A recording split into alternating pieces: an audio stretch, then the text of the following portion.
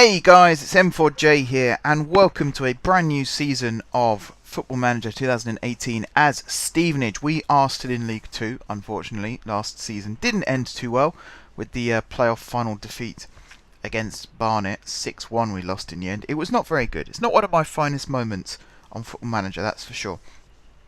But I have taken on board what happened. I have rebuilt the squad, and I feel confident going into this season that we can get promoted, hopefully without needing to go through the playoffs. So in terms of the squad, we have a big squad by the way, so get ready. We got lots of players. So I brought in some new players. Joe Fryer has now signed for us permanently. He was on loan with us last season. I signed him on a free transfer from Middlesbrough. In defence, I signed Joseph Colley on loan from Chelsea. Also signed Reece James on loan from Chelsea.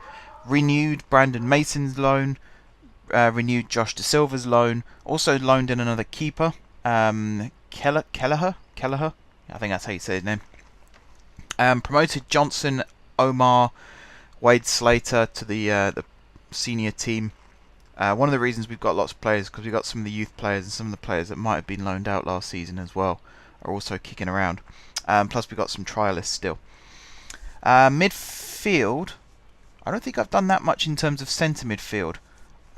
We've still got Williamson, we've still got Curl, who I signed, well, my director of football signed him.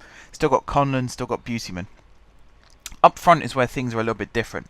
So we signed Jonathan Franks on a free transfer. He used to play for Hartlepool after a couple of years in Scotland, having played for Hartlepool before. I remember seeing him play against Stevenage once. But I can't remember who he was playing for at the time, whether it was Hartlepool or whether it might have been Yeovil. I think we were in League 1 that season. Yeah, we must have been, because we beat them. I think we beat them 6-0 that season. But we've brought him in, and I'm looking forward to seeing what he can do. He was at Hartlepool in the Vanarama National last season, so he's moved up a league to join us. But, as you see from his star rating, where is he? Here. He's probably our best right winger. So I'm looking forward to seeing what he can do. That being said, we have still got Samuel. And we've now also got the addition of Danny Lloyd, who can play on both wings. He's more of a fringe player. He's on quite a lot of money, I realise, for a fringe player. But I think it's one of these things where in real life he's doing quite well, but the game hasn't quite caught up with that yet. So the stats don't quite add up. So we'll see how well he does for us. We've still got Jack Barmby. We loaned out Mark McKee. He's actually gone to Hartlepool for a season, which is cool. Giorgio we've still got, who's actually improved since last season. I think he was 2-star last season. He's now 3-star. Pet, we're in the process of selling. More on that in a second. Hancock. Now this is the one I'm most looking forward to playing. Josh Hancock. He is 17 years old. He's already rated 2-star. But if you look at his stats, he's got a finishing of 15. So if we can get him in and around the box, he'll do well for us. He's also got a free kick taking of 13, which is really good, and he's got 17 flair, so I'm looking forward to seeing what he can do. We've still got Kenners, Ben Kennedy, Afuso, Newton, who I'm tempted to sell because I can't really see a place for him in the team, which is quite unfortunate because in real life he's an absolute beast. He's doing really, really well. We've also loaned in Charlie Brown, also from Chelsea. Again, I might actually terminate that loan. Oh, I can't because he's an affiliate. It's an affiliate club. I hope that doesn't count towards the tally then, because I don't think he's going to get much game time now. Because at the time, it didn't look like we were going to be able to renew Nicatia's loan, but that did then go through. Godden as well, we kept. At one point, it looked like Godden was going to leave because the board accepted a bid for him, but I managed to go in and reject that. So that's good. We've still got Shola in case we need to go long ball tactics. He's still kicking around. I think this is probably going to be his last season with us though. Might even be his last season in football because he's 36 years old. And then right at the bottom here we've still got Dipo Akinyemi, whose stats I haven't actually checked. Finishing a 10. We're going to loan you out. That being said, there's probably a couple of players that I could loan out. Fuso, I'm tempted. I'm really tempted. I think we've got quite a lot of options on the wing now. So I'm going to add you again. Whoops, add you again to the development list. We're going to try and trim the squad. I feel quite confident with this squad. We've got some players where perhaps we could sign better players, and I have looked throughout the whole window to try and find better players. But I've built up a good squad, and I've had a pretty decent pre-season as well, actually. We've not won too many matches, but our performances have been really, really good. Let's just quickly add these three to the development list as well. Okay, so I'll quickly show you what pre-season was, and then we'll get into today's match. So today's match is against Dagenham and Redbridge in the first game of the season. But here you go, you can see our pre-season. So we started off with a 3-1 defeat against Birmingham, with Barnby scoring the goal. Mason got sent off in that game, which wasn't very good. 4-1 defeat to Blackburn, but again, we played well in that game. You see Joe Martin got an 8.2 in that game, and he scored the goal. And I think, yeah, Mason was the lowest rating. I do a thing where I play like an 11 in the first half, and then I completely change the 11 for the second half, which is why some of these results look a little bit strange. It's also why, like, in the second half, suddenly the opposition plays really, really well and scores loads of goals. Mainly because I'm playing a fringe team in the second half. Arsenal, this was the best match, I think, of the whole pre-season, including the 7-2 win here against Dunstable. We scored 4 goals against Arsenal, and they had Petr Cech in goal. It's not like they had a reserve player in goal or anything. In fact, you could see who was playing. They had Callum Chambers, Andre Silva. I mean, obviously they've signed some players of their own. Here's their lineup: Cech, Bellerin, Mustafi, Chambers, Monreal, Coquelin, Ziyech, Viganto, Dragomir, Iwobi, Silva. And then in the second half, they did bring on some more reserve players. Actually, that's Mavadidi, who I've got on loan on FIFA.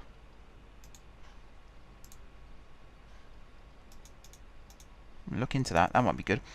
Lucas Holding, Kolasinac, Rain Adelaide. So yeah, they had a strong team. They didn't bring Walcott on, which is a bit disappointing.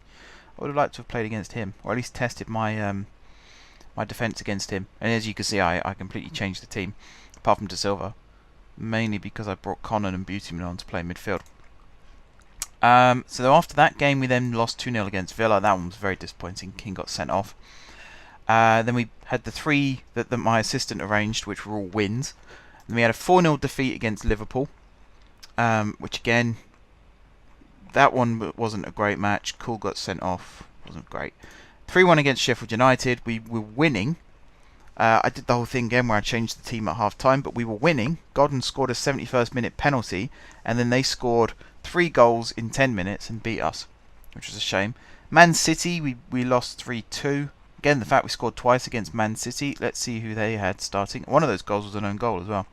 So they had Edison, Walker, Company, Martinez, Grimaldo, De Bruyne started, Silva, Roberts, Vazquez, Sane, and Milik. So they had a really strong team in the first half, and then in the second half they brought on Hart, Stones, Brahimi, Sanchez.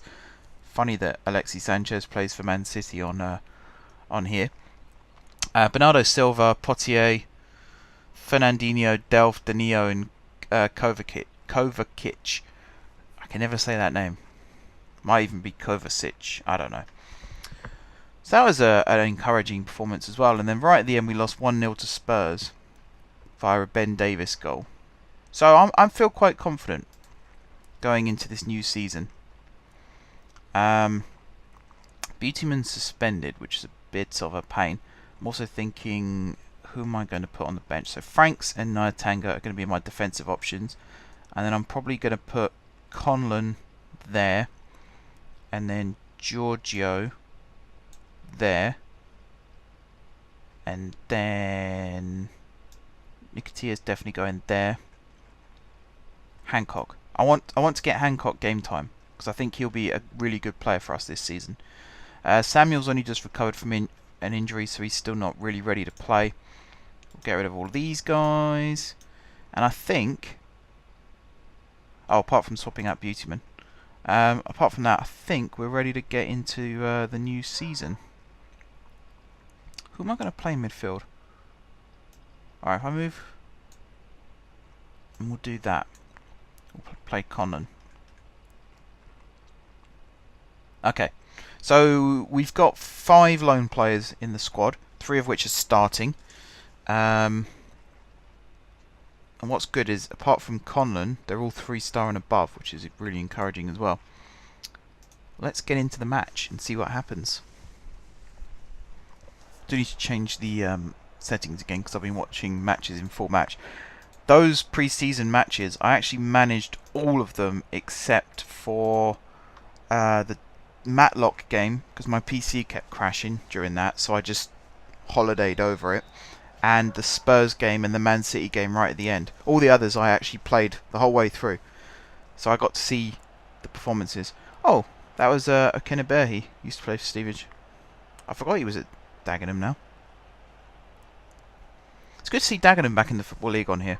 I hope it happens in real life soon. I'd like to see Hartlepool recover and get promoted as well. We'll have to wait on that one.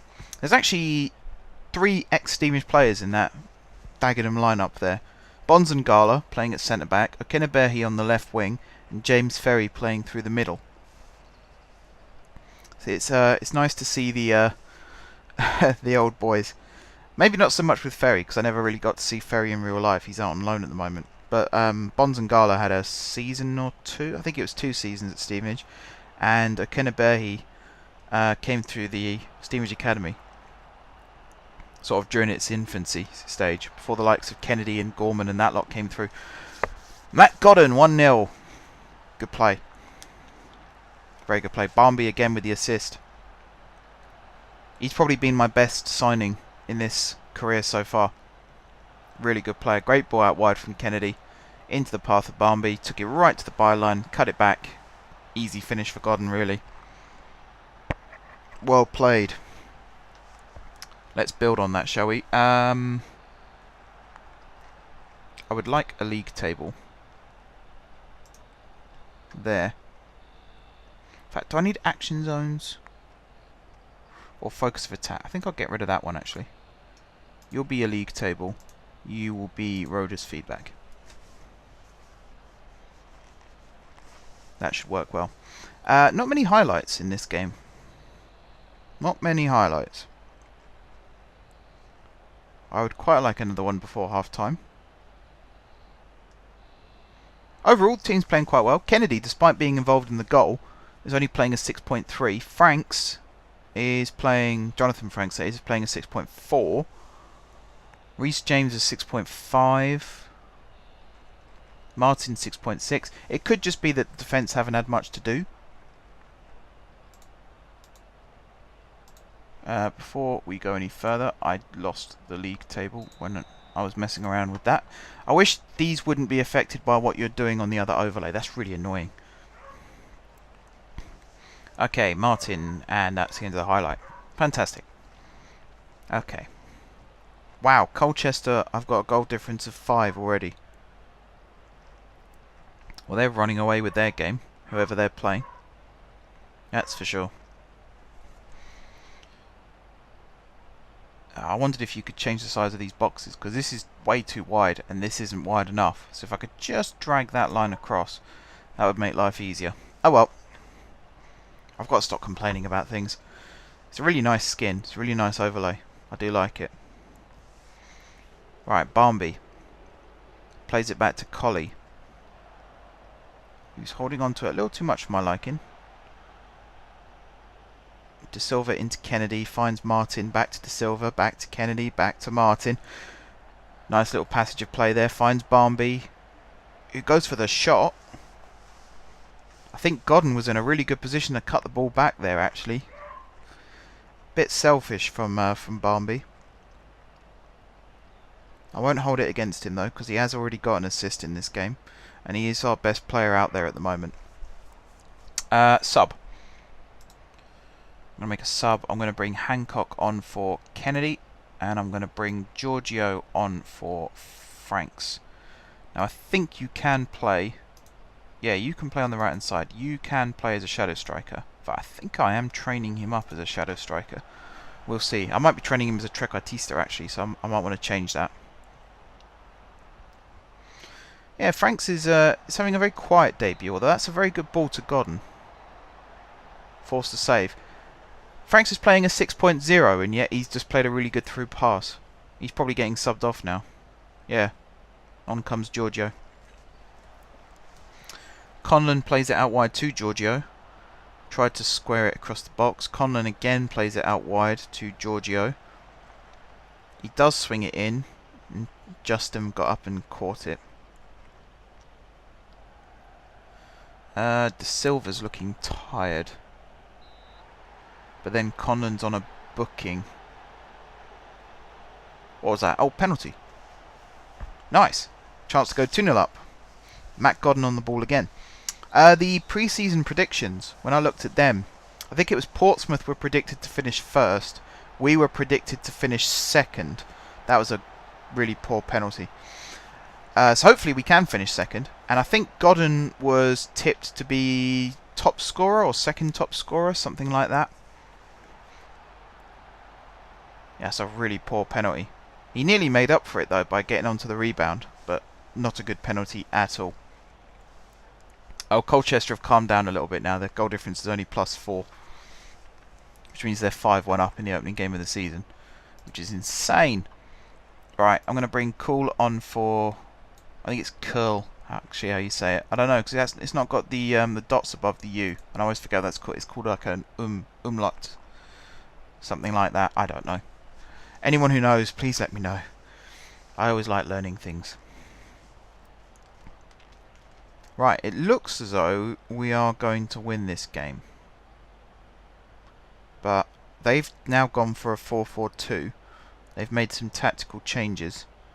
And they have the ball. 5 minutes of injury time. No one got injured though. Where'd they get 5 minutes from? Good interception, James. Finds Hancock. Conlon. I love this play. We move the ball around so easily. It's really nice to see. And Barmby with the chance. Yes! He does get his goal. He's an exceptionally good player when he's in form. Really, really good player. Look at that. One touch passing. Giorgio here. Plays it inside to Godden. Lovely weighted pass into the channel. Barmby, good first touch. And then just drills it under the keeper. Beautiful goal. I don't think a single Dagenham player touched the ball in that build-up. Giorgio now with the interception. Tried to dink it over Ferrier. Conlon to Giorgio. In towards Godden, cleared. King brings it down, who's now our captain, by the way, because Ronnie left at the end of the season. I think it was Ronnie Henry, Luke Wilkinson, and somebody else. Oh, Barmby's got a second. They all left at the end of the season. And therefore King's now got the captaincy, and I believe Fraser Franks is vice captain. It was a choice between him and Kennedy, because I looked at the leadership, and all the players with good leadership, apart from those two, were lone players. And you don't really want to make a lone player a captain or a vice captain, because they're gone after a year, unless you manage to bring them in again. But even then, it's kind of that. It's a bit disrespectful to your permanent players when you make a loanee your captain. So King was always first choice for captain for me, because he's got the best leadership after Amiobi, funny enough. And then Fraser Franks was a good choice for vice captain, I feel. Right, yeah. First game out of the way. Oh, Charlie Adams, he's an ex-Steamage player as well. Had a brief period on loan. I think it was him. So that was the first game of this episode. Out of the way, we beat Dagenham and Redbridge 3-0. Nice result. Puts us up to second in the table. Next up, you might have seen it come up on the calendar thing just now. We've actually got... I've forgotten who it is now we're playing. Who is it?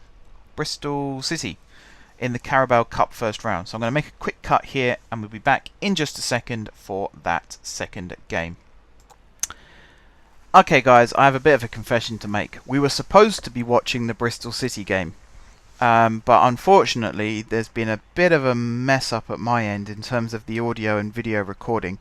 I tried a new technique for capturing, which was still using OBS and Audacity and things like that. But normally, when I record the first part of the video, I then stop the recording of the video, and then I stop the recording of the audio, and then I start 2 new files for the second half of the episode. This time around, I wanted to experiment with the fact that Audacity actually has a pause button, so you can stop the video and start a new video file. But if you press pause on Audacity, then you can just unpress pause, and it will continue capturing audio, and then you can have the audio as one big file. The reason I wanted to do that is because when I record these episodes, there tends to be a bit of a desync in terms of the audio. So I always start recording on OBS first, so the video file is longer than the audio file. And sometimes, depending on how responsive my PC is, it can take somewhere between 5 and 10 seconds after I start recording video to switch over to Audacity and start recording audio. The solution to that would be to get a third monitor and record both at the same time, or at least have both opens at the same time on different monitors, and I can just switch between them with the cursor. The drawback for that, though, is when it comes to editing, if it's just one audio file and one video file, I tend to be able to sync it up relatively easily, and then there's no problems. However, when it's two video files and two audio files, the delay in the desync might not necessarily be the same on both. So trying to find where the sync is on the second file can be quite difficult. I thought I was fixing that problem by doing this. Unfortunately, I was rendering a video the same time as I was recording the Bristol City game, which meant that the PC was running slow. Except I didn't see it was running slow. In Football Manager it was running perfectly fine, but on OBS, I've just watched the footage back, it's really juttery and juddery, and like there's serious frame rate issues going on. It is watchable, and what I might do is re-record audio over it and have it as like a bonus episode for the series or something like that. As I say, it is watchable, it's just not perfect, and it's very difficult to sync it all up, which is why I'm doing this little piece here now. So what I will propose instead is next episode, which I haven't recorded yet, I will start the episode by showing the Bristol City game again as highlights. So if you don't want to watch the full match with frame rate issues, that's absolutely fine. You can watch the next episode and see the highlights there instead. It's a pretty good solution, actually. It's one thing that I really like about Football Manager, is it does sort of save matches within the same season, at least. Sometimes when it crosses over to the next season, then footage might be lost, but I think that's probably the best option. I've tried twice now to try and sync it all up, and it doesn't look like it's working very well, guys, so I do apologise for that. It's just one of those things. It was an OpenTTD video that I was trying to get rendered for the upload the next day, which is why I didn't really have a choice but to do them both at the same time. But I've learnt now. The solutions are either upgrade my CPU, which I really don't want to do because that's expensive and time consuming, or just don't render videos at the same time as you're recording. And that sounds like rule 101 of being a YouTuber. Don't render the same time as you're recording. And I've done that a few times now, and sometimes I've gotten away with it, other times not so much. So lesson learned, I would say. But yeah, that's all I wanted to say at the end of this video. Again, a huge apologies for that.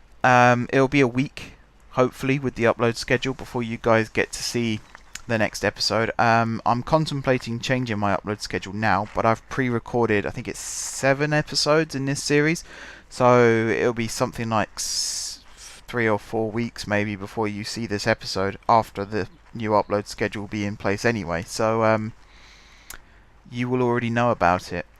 Likewise, you can always follow me on Twitter if you want updates on upload schedules and things like that, because I always tweet if I'm planning on making any changes.